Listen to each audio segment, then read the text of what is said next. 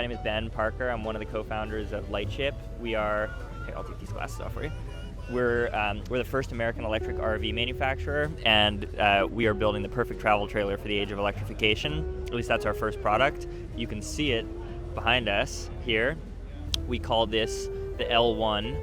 It's a 27-foot travel trailer. It's all electric, so the entire rooftop is solar. There is an EV battery and even a motor in the floor of the vehicle. And right now it is up in its camping mode. So it's about 10 feet tall. It's a very large vehicle when you're camping with it, but it collapses down. You can see in this image to be only about 7 feet tall. So you can see it's roughly the same height as the truck. And the reason that we do that is primarily for aerodynamics, because this travel trailer is really the only one that you can tow with all of these EV trucks that are coming out now. So the Rivians and the F-150 Lightnings and the Cybertrucks of the world, and there are many more that are on the horizon.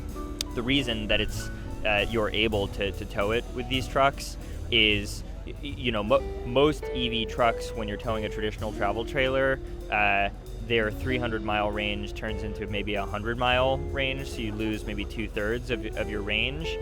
For us, through the combination of really great aerodynamics and making a very efficient trailer, plus, like I mentioned, the battery and the motor on board, we are able to get that truck back to a zero range loss experience. So instead of a 100-mile truck, a 300-mile EV truck remains a 300-mile truck. And for anybody who's towing with a gas or diesel vehicle and is used to getting maybe 8 to 10 miles per gallon, when you're towing the L1, they are back up to their normal fuel economy as well. So think 20 to 25 miles per gallon. So in that sense, it's actually a big saver at the pump. So that's kind of how this works. In particular, one thing to focus on is the drive system. So the fact that there is a motor on board means that the trailer can propel itself. That means that it is basically helping the tow vehicle as you're going down the road. So as you're cruising on the highway, instead of the truck being constantly pulled back by the trailer, the truck feels almost nothing as it's going for. And again, you can do that for a full 300 miles. So we think that in that sense, it's a new type of vehicle, and people are pretty excited about it.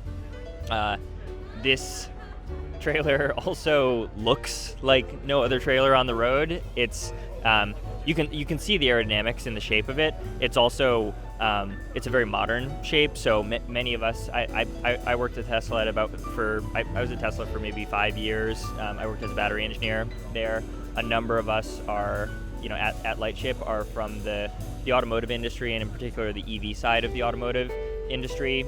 We have folks from Tesla, from Rivian, from Lucid, from Zoox. I can name a number of the EV companies that many of us have worked at in the past, and so we tried to bring that experience and that heritage of automotive style design to the vehicle as well. And so you see that in some of the surfacing and the way that the windows are flush integrated into the body, the paint work. All of it is meant to be automotive inspired, or really all of it is automotive inspired.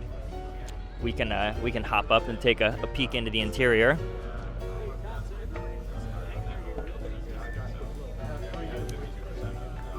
Okay, so people are going crazy in here because everybody's interested in the L1. Things that you notice about the interior of the L1 is, first off, you can see a lot of the folks in here are pretty tall, and yet they all have 1.5 feet or even 2 feet of headspace. The reason for that is because the travel trailer has this camping mode, the road mode and the camping mode. In camping mode, you're able to bring the whole canopy, the top of the vehicle, way up, and in doing so, you create a lot of headroom for yourself. And so that feeling of openness and airiness, spaciousness, while still having it be a warm interior, is really is a hallmark of the design. The layout in general is broken up into a main bed in the front, a dining or a dinette section in the center here. You can see there's a big storage console and counter that runs down the whole passenger side. of the vehicle, and so there are a number of storage bins for probably mostly clothing, but you could bring almost anything you wanted to in those storage areas. There's a trash bin right as the vehicle transitions from the center to the tail, and then all your kitchen storage and your pantry is just across from the kitchenette over there, so you can see all those slide out drawers. In the kitchenette area, it's a full suite of appliances. Of course, all of them are all electric because there's no propane or any fossil fuels on this product. So we have an induction cooktop. There is a microwave.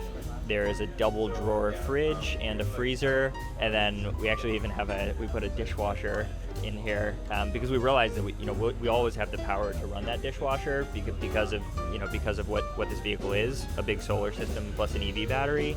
And it turns out when you use a dishwasher, it ends up being much more economical on water than if you're just hand washing your dishes. So water is kind of that's a fundamental thing that you have to watch when you're RVing off grid, to make sure you still have enough water in the vehicle. And so if you can be very sparing with your water, like with a dishwasher, you can camp for longer. Yeah, that's maybe what's fit to say. We can peep in through the bathroom in the back as well.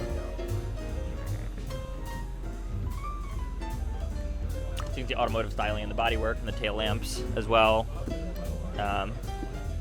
You can hop up in there if you want to notice. All recycled plastics in the countertops. Some of this I think is actually ocean recapture. It's a little bit like a really nice airplane bathroom in that you've got enough space in the toilet area, and then there's a rain shower overhead. So you call this a dry bath, where you have a split shower and bathroom space. If you needed a little bit more countertop while you're not using it as a shower, you could bring this countertop up as well. But I think we asked ourselves early on what makes for a great or sort of a luxurious experience, and we said, okay, well, it's a spa-like bathroom experience and a high ceiling, and so we did both. The last thing you notice, or another thing you notice about the vehicle, is that there are quite a few transparent surfaces on the top. So there are these many windows, and the thinking there is basically let's try to bring the outside in. So you spend all this time getting to a beautiful natural area, and now let's make sure that as you're hanging out comfortable in your LightShip, that you are still visually connected to that outdoor space. So we think that's kind of a hallmark of ours, is having these big panoramic wraparound windows.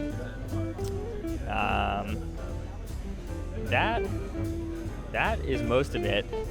Last thing I'll note about the product is that right up on front here, normally this is where you put the propane cans or the propane bottles on a traditional fossil fuel based RV.